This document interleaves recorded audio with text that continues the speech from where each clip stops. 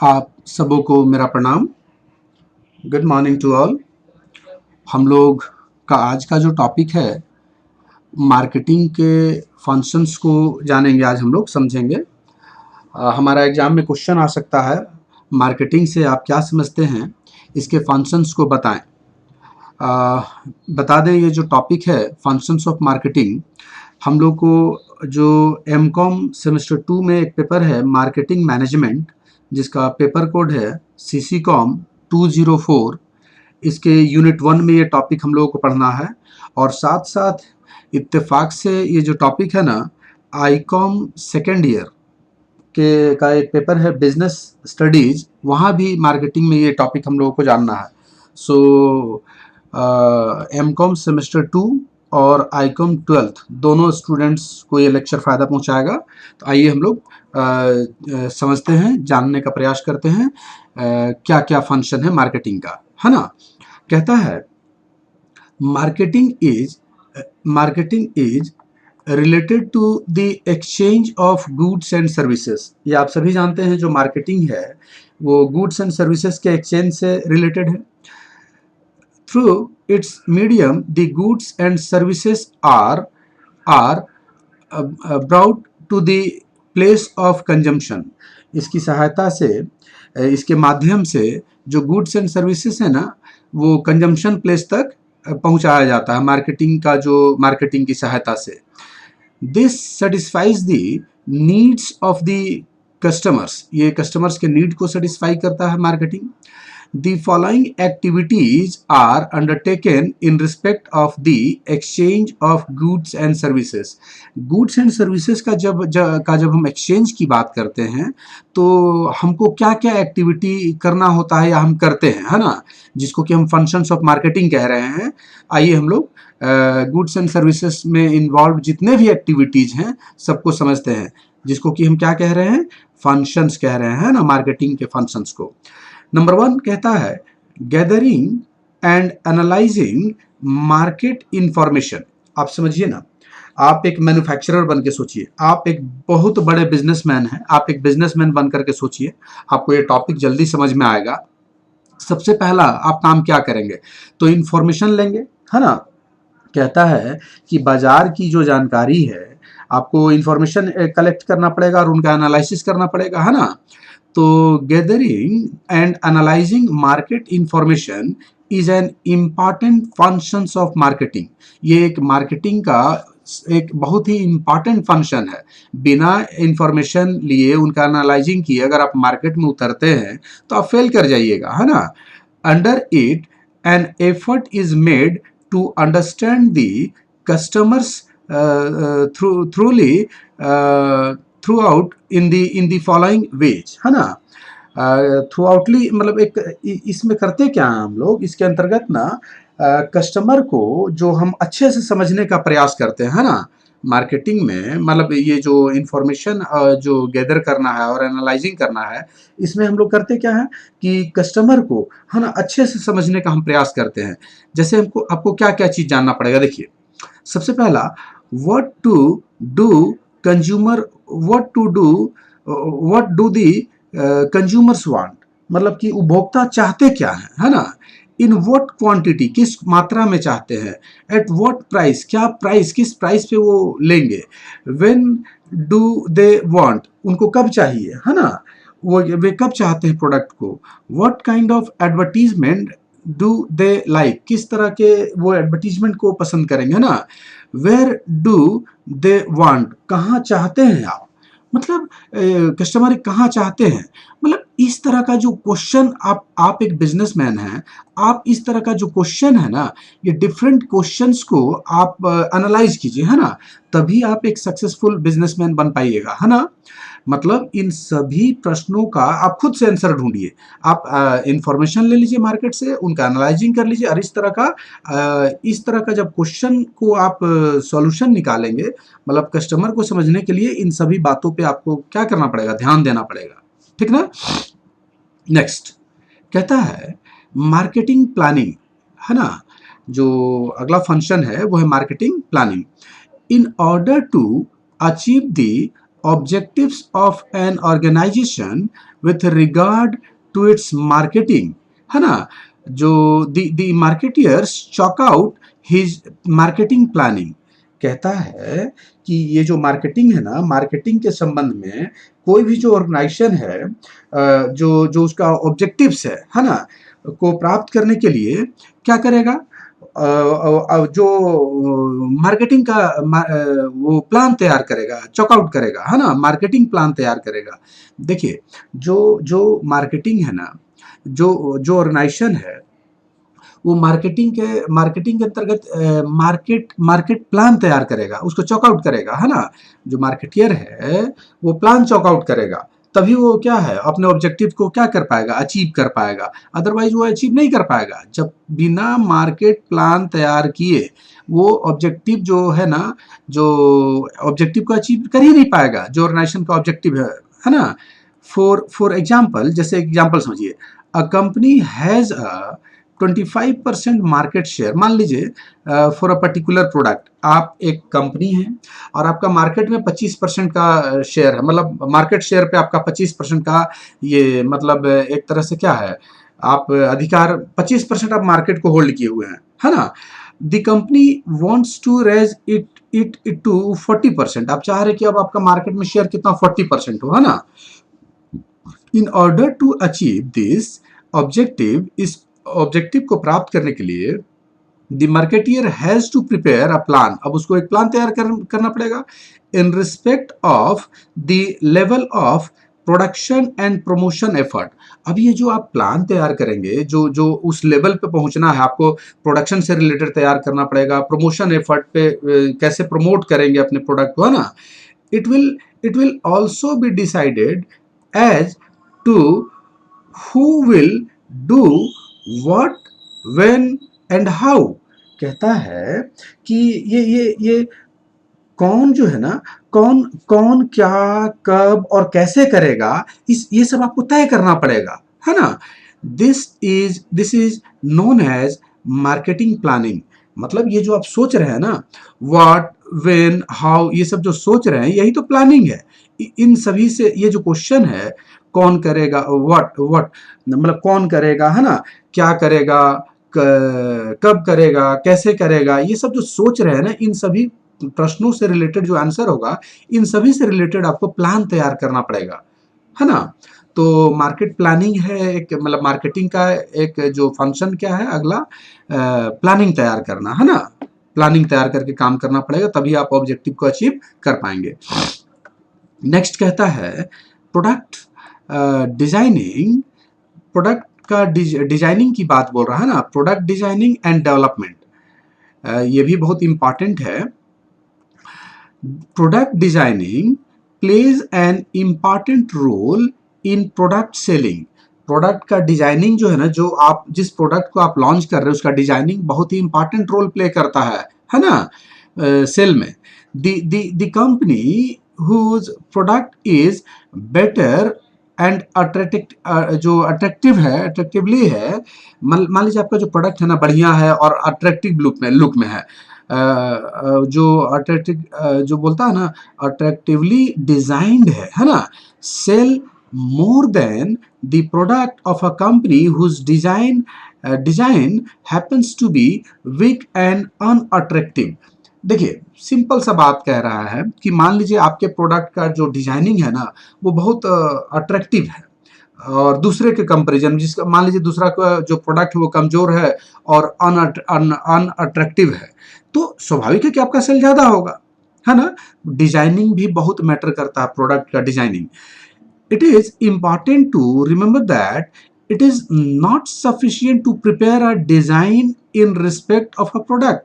सिर्फ डिजाइन बना लेना ये बहुत बड़ी बात नहीं है, but it is more important to develop it continuously। साथ साथ उसको डेवलपमेंट की बात बोल रहा है, जो डिजाइनिंग है ना, उसको आप डेवलप करते रहिए, प्रोडक्ट एज वेल एज जो उसका डिजाइनिंग है, दोनों को आप डेवलप करते रहिए मार्केट को देखते हुए, है ना।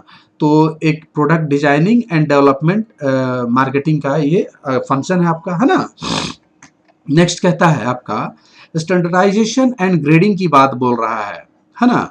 देखिए, कहता है स्टैंडर्डाइजेशन जो है रेफर्स टू जो हम लोग नहीं बोलते हैं स्टैंडर्ड, तो स्टैंडर्डाइजेशन जो है रेफर्स टू डिटरमाइनिंग ऑफ, मतलब ये जो हम लोग बोलते हैं ना स्टैंडर्ड की बात बोलते हैं, तो जो स्टैंडर्डाइजेशन की बात बोल रहा है, स्टैंडर्डाइजेशन का मतलब क्या है, refers to determining of standard, है ना, रिगार्डिंग, एक स्टैंडर्ड बनाना है, एक स्टैंडर्ड तैयार कर लेना है regarding size, quality, design, weight, colour, raw material to be used etc in respect of a particular product. एक खास तरह का जो प्रोडक्ट आप बनाते हैं, तो उस प्रोडक्ट में का जो आप बना रहे हैं उसका साइज क्या होगा, है ना, क्वालिटी किस तरह का होगा, डिजाइन क्या होगा, वेट क्या होगा, कलर क्या होगा, रॉ मटेरियल किस तरह का यूज करेंगे, ये सब ना का आपको स्टैंडर्ड फिक्स कर लेना पड़ेगा पहले से ही, है ना।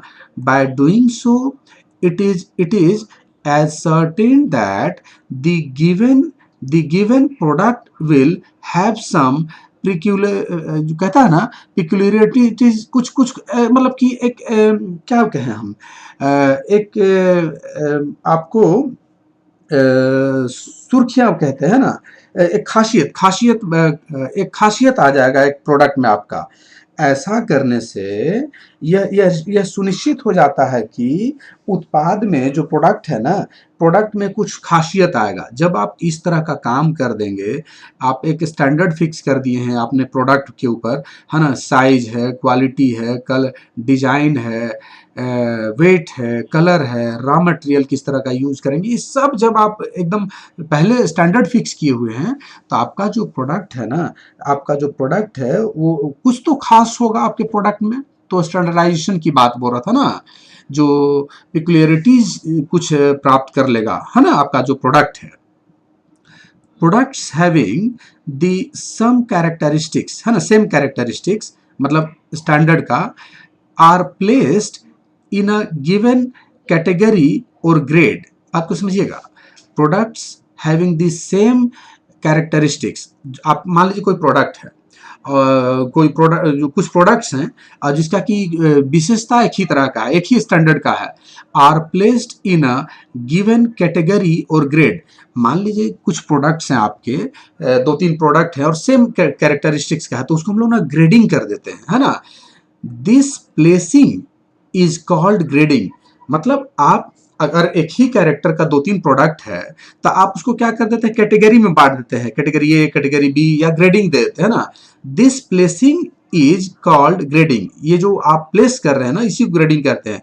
एग्जाम्पल समझिए, for example, a company produces commodity x. मान लीजिए कि आप एक कंपनी है, आप प्रोडक्ट एक्स बना रहे हैं, हैविंग 3 ग्रेड्स, उसका 3 ग्रेड है, ए बी और सी, 3 ग्रेड है। एक्स प्रोडक्ट है, ध्यान दीजिएगा, उसका ग्रेड 3 है, 3 ग्रेड है, representing 3 levels of quality, 3 quality का है वो, बेस्ट है, मीडियम है, ऑर्डिनरी है ना। जो ए है वो बेस्ट है, बी है वो मीडियम है, सी है वो ऑर्डिनरी है। एक सी प्रोडक्ट एक ही है, ध्यान दीजिएगा। Grading therefore makes cell purchase easy. ये सेल परचेज को ना इजी बना देता है, कंफ्यूजन नहीं रहेगा। Grading processes is mostly used in case of agricultural product.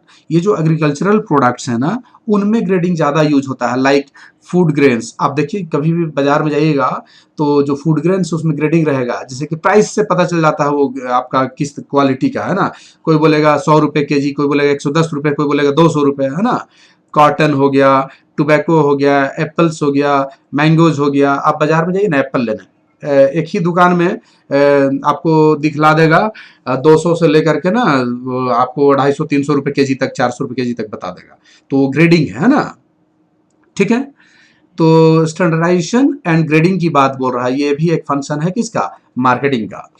Next कहता है पैकेजिंग एंड लेबलिंग, है ना। पैकेजिंग एंड लेबलिंग की बात बोल रहा है, ये बहुत इंपॉर्टेंट है। Packaging aims at avoiding breakage, damage, destruction etc.. Packaging जो है ना, पैकेजिंग का मकसद क्या है, तो भाई ब्रेकेज, डैमेज और डिस्ट्रक्शन को अवॉइड करना, कम करना, रोकना, है ना, of the goods during transit and storage. ये ट्रांजिट और स्टोरेज के दौरान ब्रेकेज, डैमेज और डिस्ट्रक्शन को अवॉइड करने के लिए पैकेजिंग का जो लक्ष्य है ना। Packaging facilitates handling, lifting, conveying of the goods. ये जो पैकेजिंग है ना, ये पैकेजिंग क्या करता है? तो पैकेजिंग जो है, ये जो गुड्स है ना को संभालने, उठाने, है ना, ये की सुविधा प्रदान करता है ना। मतलब कि पैकेजिंग जो है ना, आप सोचिए ना, अगर पैकेट नहीं किया हुआ है, मान लीजिए लिक्विड है, कैसे उठाइएगा? तो वो सुविधा प्रदान कर रहा ना, हैंडलिंग में, लिफ्टिंग में, कन्वेइंग ऑफ गुड्स को लाने ले जाने में पैकेजिंग हेल्प करता है। Many a time customers demanded goods in different quantities. ये तो स्वाभाविक है, अलग अलग क्वांटिटी में डिमांड करते हैं। इट नेसेसिटेट्स स्पेशल पैकेजिंग, है ना। मतलब कि ये अलग तरह का इसके लिए मतलब कि विशेष पैकिंग की आवश्यकता होती है, पैकेजिंग की आवश्यकता होती है ना। ये जो पैकेजिंग मटेरियल्स इंक्लूड्स, क्या क्या शामिल है? तो बोतल में हो सकता है, कैनिस्टर्स में हो सकता है, प्लास्टिक बैग्स में हो सकता है, टीन में हो सकता है, वुडन बॉक्सेस में हो सकता है, जूट बैग में हो सकता है। आप पैकेजिंग देख लीजिए, अगर ये सब ना रहे तो कैसे होगा? ये भाई हैंडलिंग, लिफ्टिंग, कन्वेइंग बड़ा डिफिकल्ट हो जाएगा, है ना।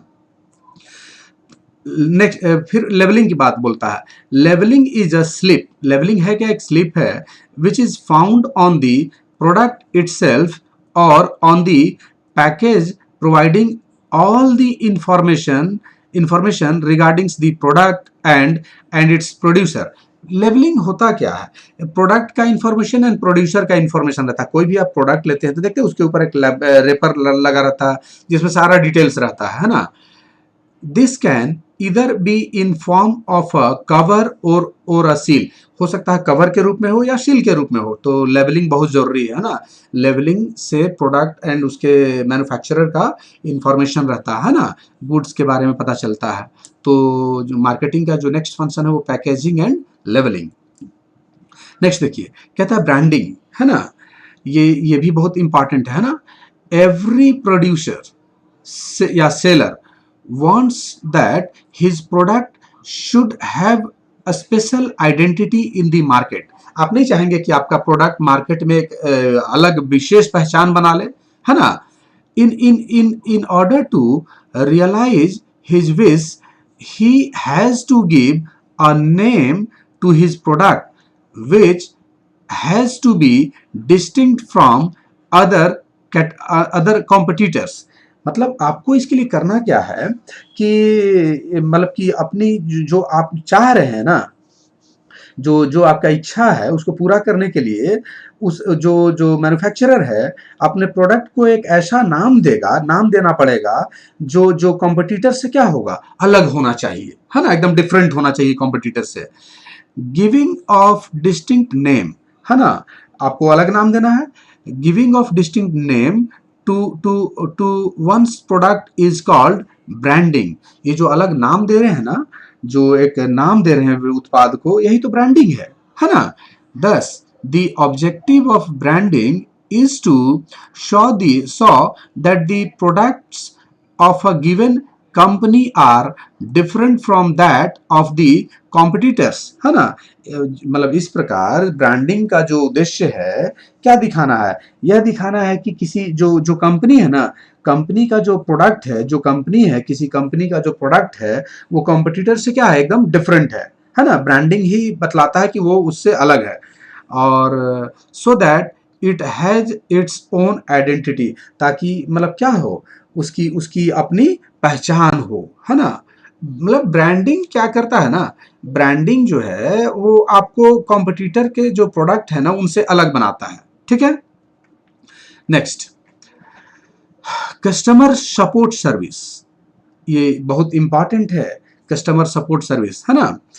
ध्यान दीजिएगा, customer is the king of market. ये आप सुने होंगे, बाजार का जो किंग है वो कौन है? कस्टमर है ना, बाजार का राजा होता है। Therefore it is one of the chief function of marketeers to offer every possible help to the customers.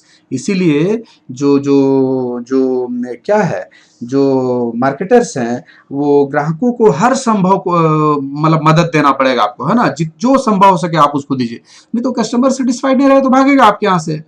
A marketeer offers primarily the following services to the customers। जो मार्केटर्स हैं ना, वो कस्टमर्स को निम्नलिखित तरह की क्या देते हैं, सेवाएं देते हैं, है ना।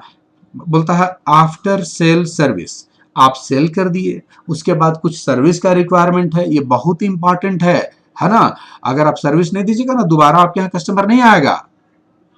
हैंडलिंग कस्टमर्स कंप्लेन, कस्टमर के कंप्लेन को हैंडल करना, टेक्निकल सर्विसेज है, क्रेडिट फैसिलिटीज है, मेंटेनेंस सर्विसेज है, ये सब मतलब आफ्टर सेल, मतलब ये सब जो है ना कस्टमर सपोर्ट सर्विस है।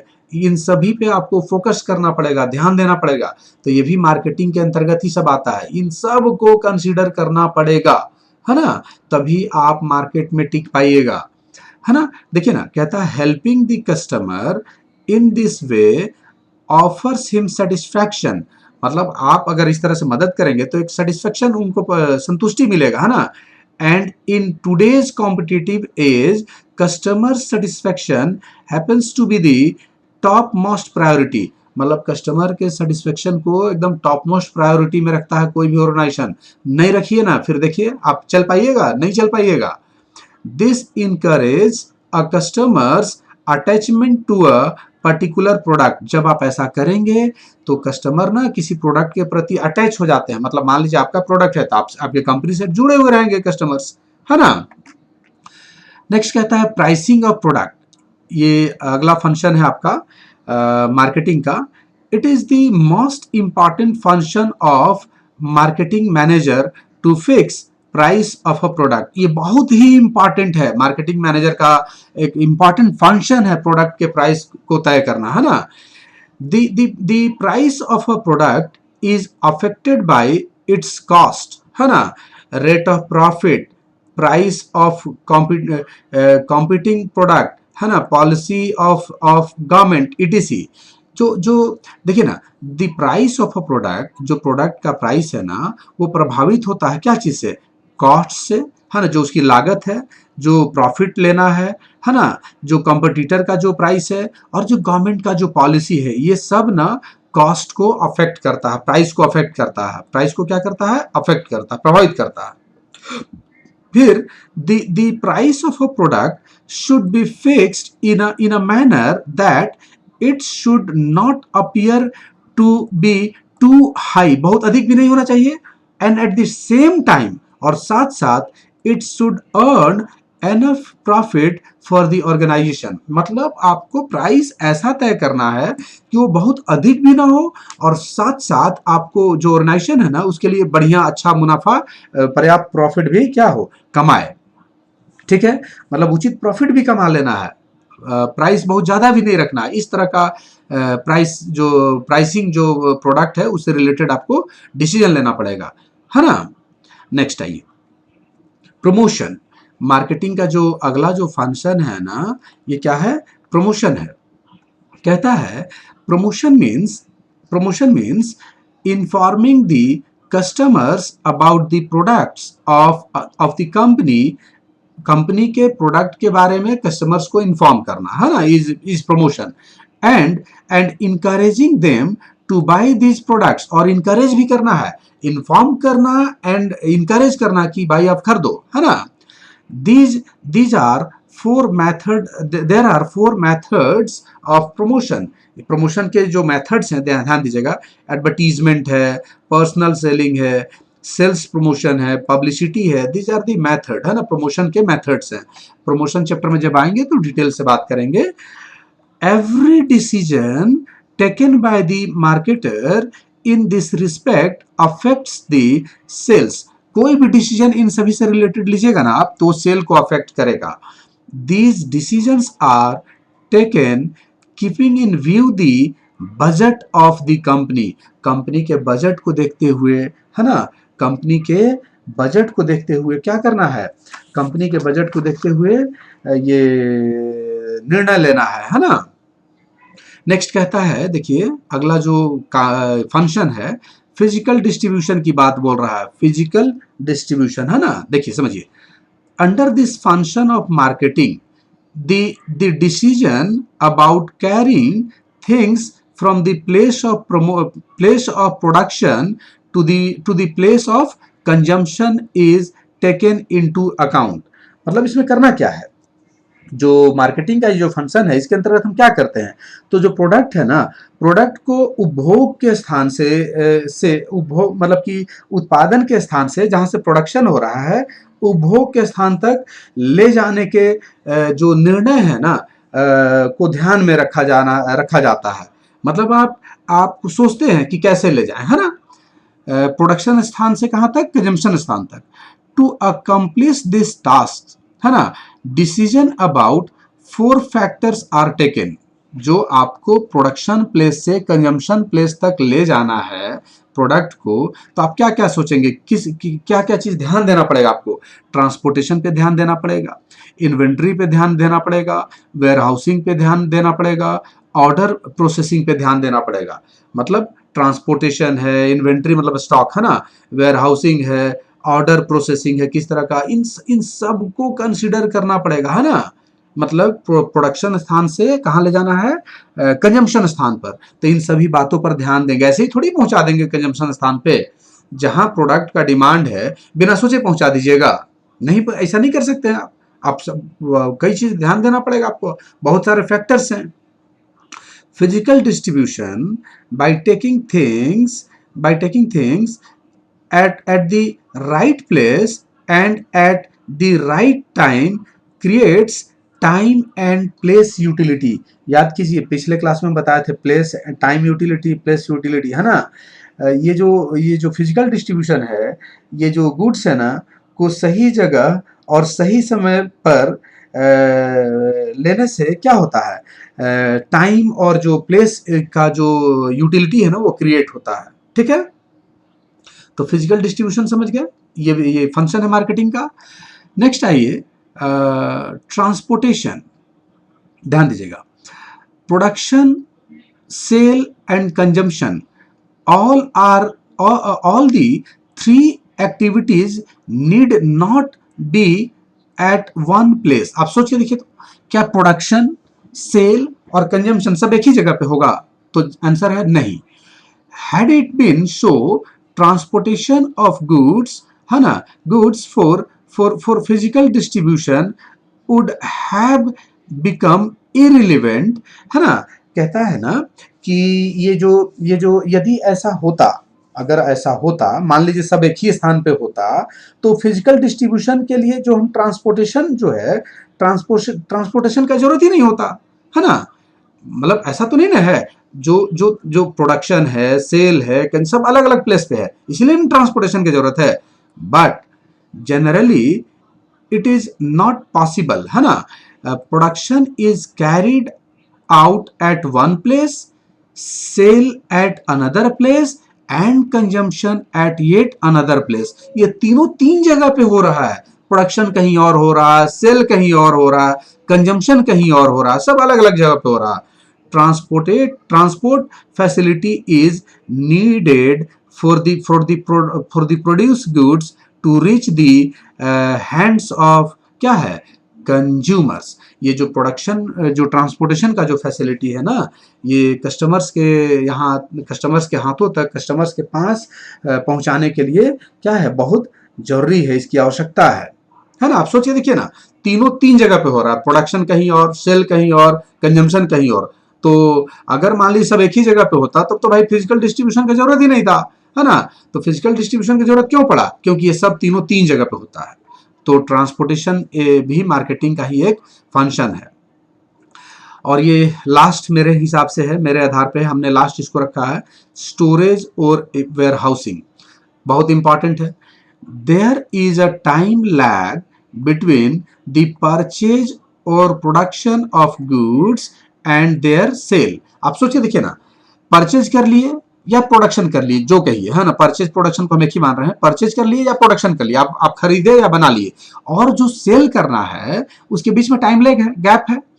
it is very essential to store the goods at a safe place during this time interval. ये जो टाइम लैग है, मतलब कि प्रोडक्शन एंड सेल के बीच का जो टाइम लैग है या परचेज एंड सेल के बीच का जो गैप है, इस बीच में ना गुड्स को सेफली कहीं स्टोर करना बहुत जरूरी है ना, बहुत आवश्यक है। Godowns are used for this purpose, हम लोग गोडाउन को यूज करते हैं।